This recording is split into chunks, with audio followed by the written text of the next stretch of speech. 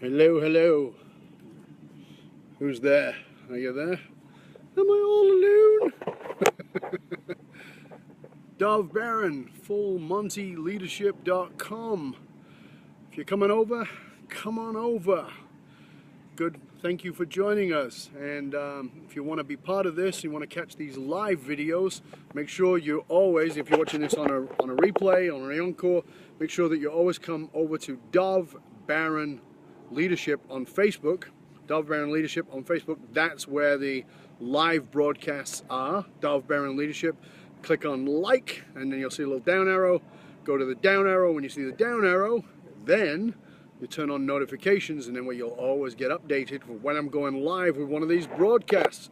Now, right now, Facebook is telling me that it's letting you know that I'm live. So I'm going to keep going. We're telling your followers to join your video.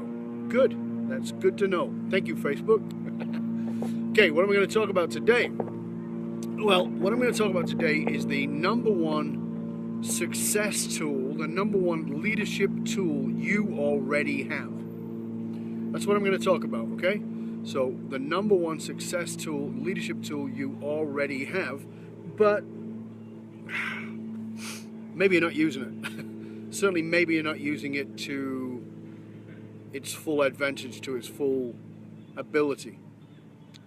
So, I'm going to sidestep for a minute and talk about something and then circle back to this because I think it will have a greater way for you to understand it. I remember sitting down with somebody. I was back in London. I was in London earlier this year.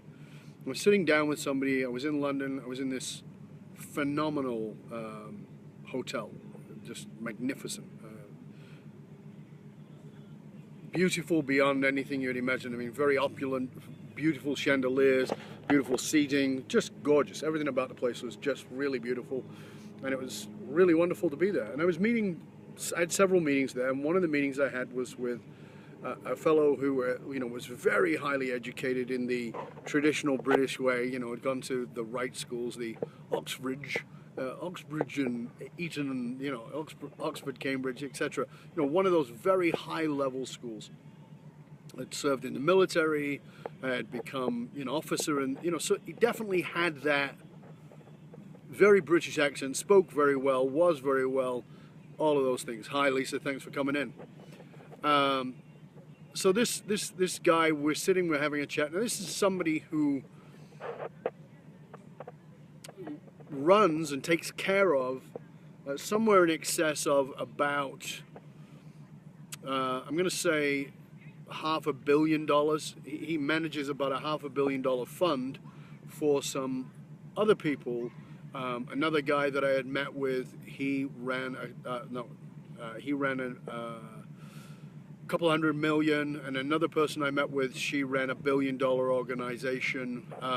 So we're meeting with these very high-level individuals who are very highly educated and all spoke beautifully. I mean, I remember when I was a kid seeing this show. What was it called now? It was, oh God, it's got out of my head.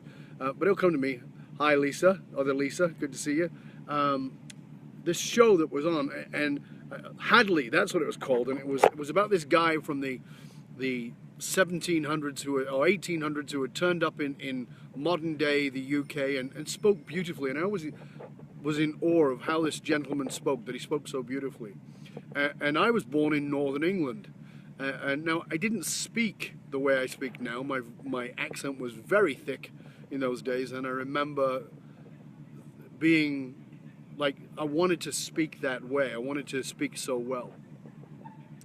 And it's very interesting because there I am, this 2016, this spring, I'm in London meeting with these very high-profile individuals who are very well educated, and we're having these conversations. And clearly, they get what it is that I do, and they get the impact that I can have on these high net worth families and the value that I can bring to them in understanding how their families work and how to make their families work more effectively, so that there's a greater and healthier transition of wealth, of power, of leadership. So they get it. But one of the guys, I'm having a conversation with him, and he is like warm and fuzzy, and you know, and he's definitely loving what I'm talking about. And then suddenly, he kind of switched off, and I thought, what the hell was that about? Like, you know, I'm a human lie detector. I mean, I notice shit, right? I pay attention, and I noticed this guy has switched off. What happened? So of course, I know that's me. I'm responsible to know that I am responsible for all of my communication, the communication of what I speak and the communication of what is heard. So, yes, I can put it on him, but the fact is that at some level, this is something I've done. But I'm running all this while I'm in this conversation with this guy, and knowing full well that this guy was totally into what I was talking about, that he got it. So what turned him off? And then I sort of rewound a couple of seconds in my head and realized that up until that very moment before he switched off, he saw me, he believed that I was Canadian because I was there from Canada, and I clearly didn't speak like him, and that was okay. I must have had a well-educated Canadian accent. So it totally set off a trigger in his head, and the trigger that it set off in his head was this. I told him that I was born and had been brought up until I was 21 in Manchester, and that immediately set in his head, clearly set in his head, a position, a value statement about who I was based on where I was from, because there's very much a class system in the UK that's still very much there. It's less obvious than it was when I was a kid, but it's still very much there. If you're from the South and you've been educated at one of those high-level schools, then you have a lot of, you know, you have some esteem, you have pull in the world, in their world. If you actually, even if you're a northerner and you went to one of those schools, then you're simply a northerner who went to one of those schools. It really is like Game of Thrones. Oh, you're a northerner. You know, so immediately I was dropped several levels in the esteem with this guy because I told him the truth that I was born in the North and that I'd been brought up in the North. The fact that I'd traveled all over the world, I'd studied all over the world, I'd gotten lots of great teachers and all kinds of things, simply became dismissed by virtue of the framework inside of his head about who I must be because I was born in the North.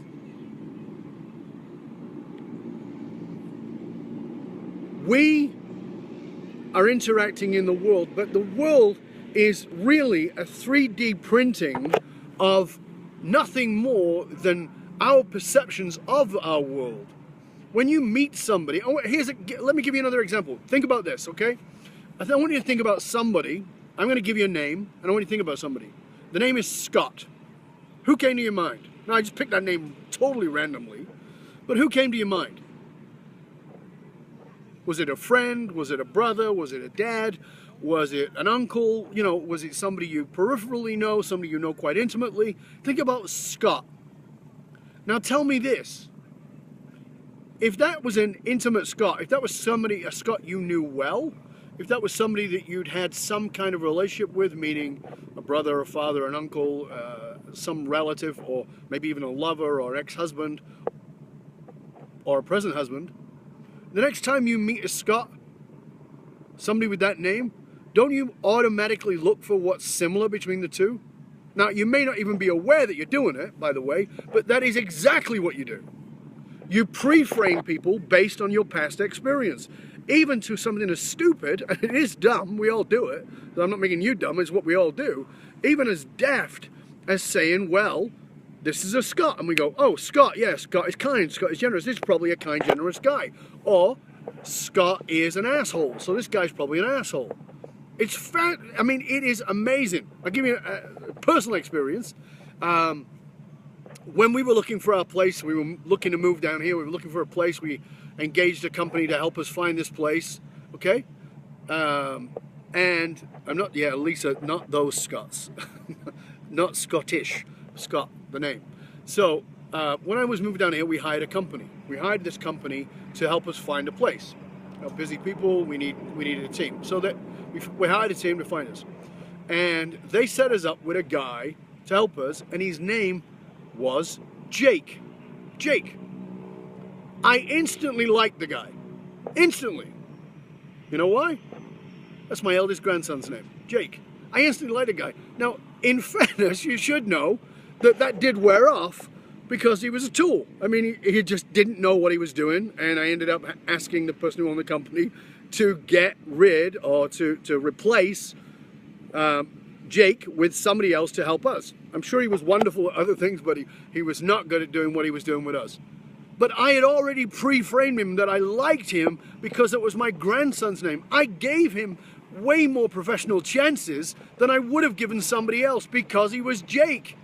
Well, you do that in the positive and you do that in the negative. You do that when you pre-frame anybody. Think about it. Now let's take it a little bit deeper level. Do you have a family member? An ex-lover? Somebody you've known really well that you had an experience with who was a redhead? Right? Oh, they've got red hair. You know, I used to have a mate, a really good friend of mine, and we'd be out, you know, and he'd say, oh yeah, look at him, you can see he's crazy. And I'm like, who?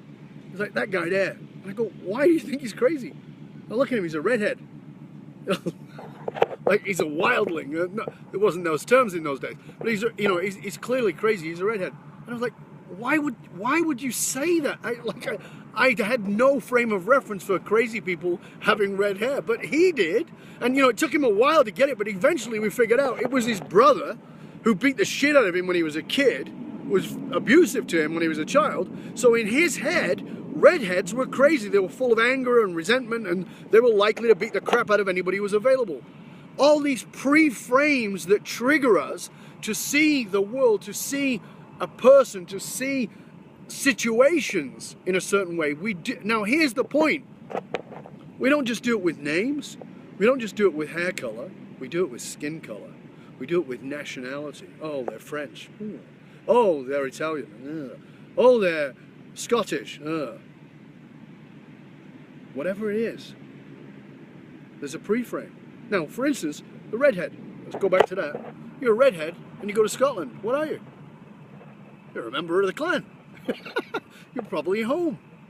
But you're not really. You might have a Scottish relatives like 20 generations back, but you've got no attachment to it. But suddenly you're welcomed.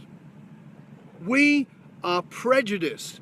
But let me just tell you, you know, we got this big stuff going on about Black Lives Matter, and I'm very pro Black Lives Matter, definitely.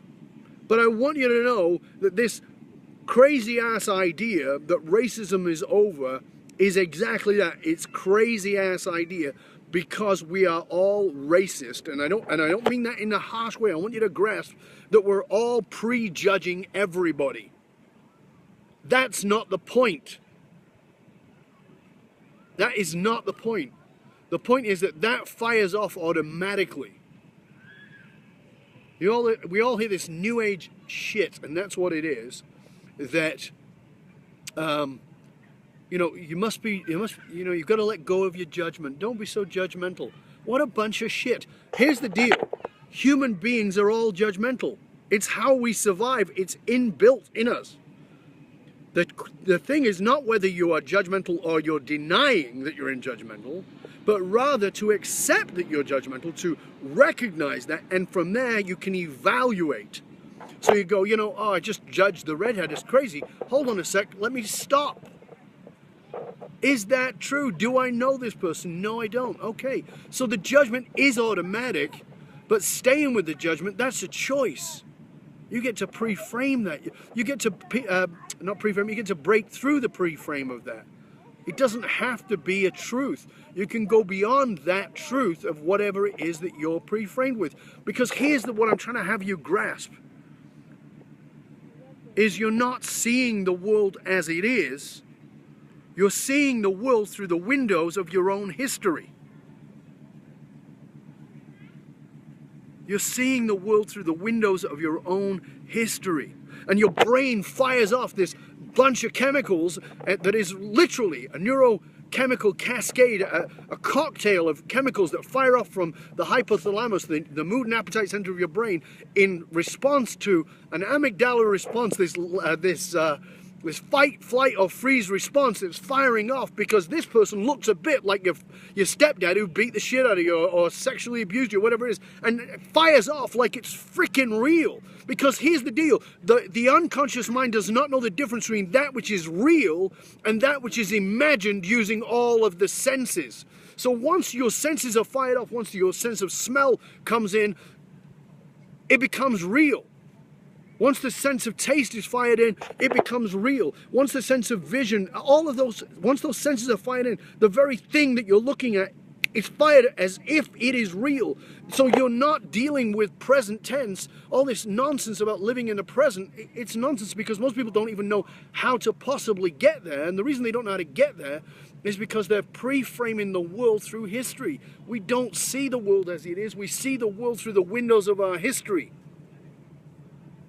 We're seeing the world through the windows of our history. We're seeing everybody we're interacting with through the windows of our history rather than through who they are or what's going on in this very moment.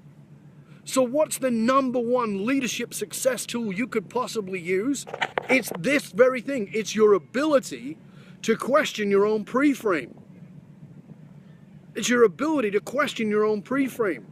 Listen, you're taking workshops and courses and you're doing courses online and you're doing all kinds of things to develop your skills and your strategies. You know what? It doesn't fucking matter. It doesn't matter a dog turd. It doesn't matter at all if you're not using your mind well. Because everything you're learning, you're putting into your mind. But if you're not willing to exercise that very thing, that machine that takes in the information, who cares? You just collected information, so what? Now you got bragging rights on something you know? The application is what changes everything, and that's only through exercising your mind. And the most powerful exercise you can have in your mind is to check your pre-frame. Check how it is that you're looking at the world. Again, you are not dealing with the world in the present tense. You're looking at the world through the windows of your history. And sometimes that is awesome because it allows you to see things wonderfully because it's a pre-frame that's wonderful. But sometimes it's a shitty pre-frame. So I really want to challenge you to get curious, I mean really curious about what is the pre-frame that I'm looking at through this? How am I seeing the world in this moment? With this person I'm about to meet, with this business deal I'm about to go into, with this situation I'm about to enter. Asking yourself, there's an exercise that I give to my clients, and that is when you get triggered, ask yourself, what does this remind me of? Because here's what I want you to grasp. You don't have any new feelings. They're all old feelings recycled through. And you can't do much about that because you're already in them. But you can interrupt it by saying, what does this remind me of? And that will allow you to see the pre-frame. So you go, hold on a second, I'm seeing this as that. If you have a fear of heights, I have a fear of heights. If you have a fear of heights, guess what? I'm pre-framing every height as the mountain I fucking fell off. That's a pre-frame. If you don't trust people with brown eyes, blue eyes, curly hair, dark skin, light skin, whatever the hell it is, that's a pre-frame. It's not a reality, but you make it a reality. Like I said, your whole perception 3D prints onto reality. You make it what it is. So yeah, it is like a bad acid trip. I mean, let's get vulnerable here. Let's get honest here. I wonder how many of you have done drugs. You don't have to tell me, but I'm sure most of us have done something, even if it was alcohol. Does the world seem different when you're intoxicated in some manner? Of course they do. But is the world different? Is the situation different? Of course it's not. It's the same freaking world, but your perception has shifted. Maybe the alcohol or the pot or whatever the drug was knocked you out of your pre-frame. So I really want you to grasp that you're always looking at the world through these frames, through these windows of history. And your most powerful thing you can possibly do is interrupt that history. Thank you, Anthony. Great way of putting it. Objects in the mirror are distorted by previous subjective experiences. That is exactly what it is. You don't see the world as it is. You're seeing the world through your history. So get curious about how you're pre-framing reality. Because it's not real until you accept it. It becomes real, don't get me wrong, it becomes real because you've accepted it as real. But nothing is real until you accept it as real. And every time you make up your mind about somebody, about something, about a situation, before you actually know what it is, you've taken history and placed it in the present. And you don't know. I never ate a vegetable till I was 21. 21. At 21, I got a job in New Brunswick as an artistic director for a company. I was picked up at the airport and I was taken to a restaurant by my new boss. I'm taken to this restaurant by my new boss, and he orders this food. We're in a Chinese restaurant, and one of the things he orders is lettuce wraps. I don't know if you know what lettuce wraps are, but they are this spicy meat thing which you wrap in this weird green stuff called lettuce. Remember, at this point, I'm 21. I've never eaten a vegetable in my life. Well, let me say, never voluntarily eaten a vegetable in my life up until that point. This guy is trying to get me to eat these lettuce wraps. You know what I said to him? I don't like those. He goes, oh, you've had them before? No. What do you mean you don't like them? Well, I don't eat green things. And if Ron Heisinger's watching, he'll know exactly what I mean. I don't eat green things. So, but I'm feeling the pressure because this is my new boss. I can't be a complete knob. I've got to sort of open up a little bit. So I agree that I'll give it a try. So I make this lettuce wrap. I put the stuff in the middle and I wrap it in the lettuce and I dip it in the sauce. And oh my God, it is fucking delicious. I love it. At which point I think I wolf about half a dozen of these things. It was fantastic. I loved it. I simply was seeing green vegetables through British vegetable pre-frame.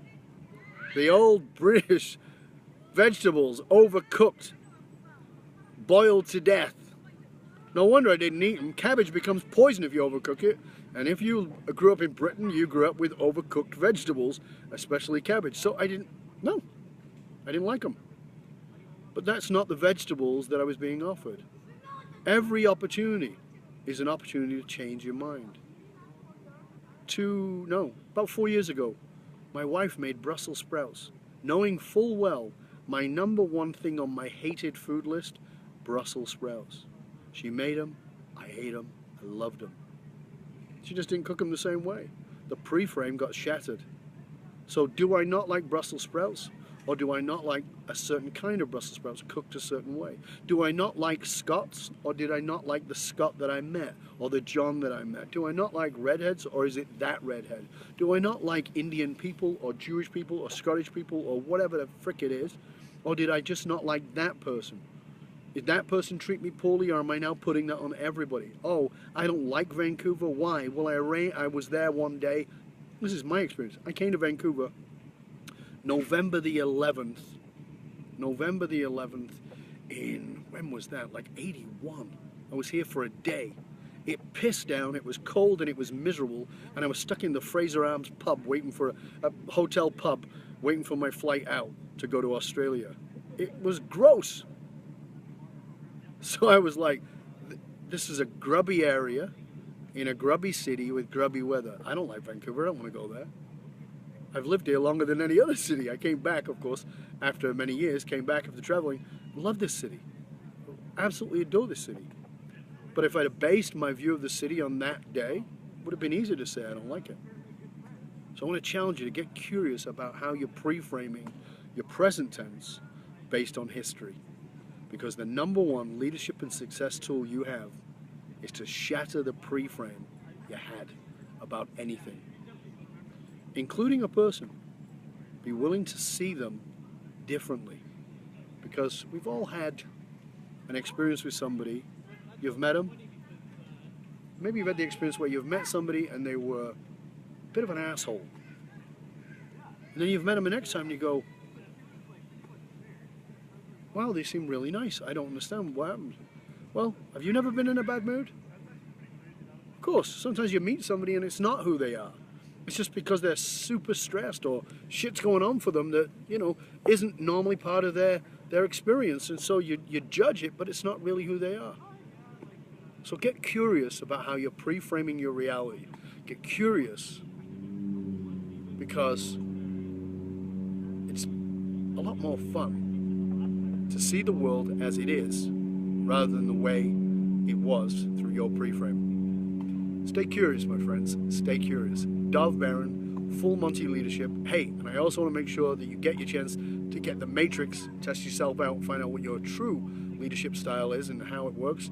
Get over to Matrix, like the movie, matrix.fullmontyleadership.com, and then you can get the Matrix for free. Dov Baron, Full Monty Leadership. Matrix is matrix.fullmontyleadership.com, and make sure that you tell other people if they want to get to be on these broadcasts and see me live and jump in.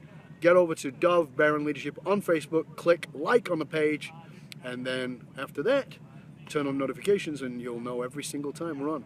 Thanks to everybody for joining me. Thanks to both of the Lisas. Thanks to Gina. Thanks to Tony Verdo.